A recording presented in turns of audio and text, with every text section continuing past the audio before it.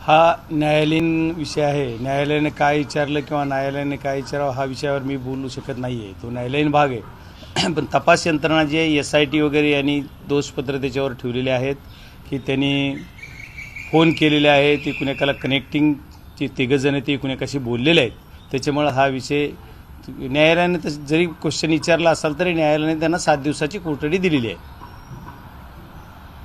परळी मात्र अशांत आहे. परळी शांत व्हायचं नाव घेत नाहीये. अनेक आंदोलनं सुरू आहेत.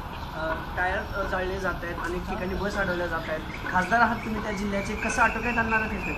नाही, परळी हा विषय करायचा जर विचार केला तर परळीच्या लोकप्रतिनिधींनी सर्वांना शांत करणं त्यांची जबाबदारी परळी विधानसभा म्हणून आणि बीड जिल्ह्याचा खासदार म्हणून मी पण सर्वांना आव्हान आपल्या माध्यमातून करतोय.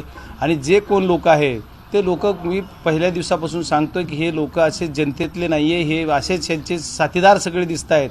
तर या गोष्टी किंवा जे काही जनता आहे त्या जनतेचा विषय वेगळा, पण सर्वांनी शांत झालं पाहिजे. कायद्याप्रमाणे ज्या गोष्टी चालल्यात आता ज्या प्रत्येक वेळेस वेगळे वेगळे विषय येतात.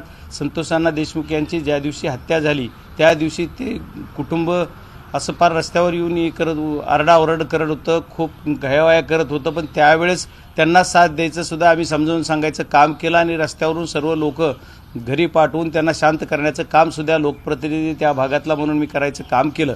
पण आता परळीतल्या जी काही नेते मंडळी त्यांनी सुद्धा सर्वांचं जिम्मेदारी आहे. आता ह्यांनी कोण कुठं बसतंय कोण काय करतंय हे मला माहीत नाही, पण सर्वांची जिम्मेदारी सामूहिक सर्व जाती धर्माचे असतील किंवा सर्व पक्षाचे असतील सर्वांची ती सामूहिक जबाबदारी.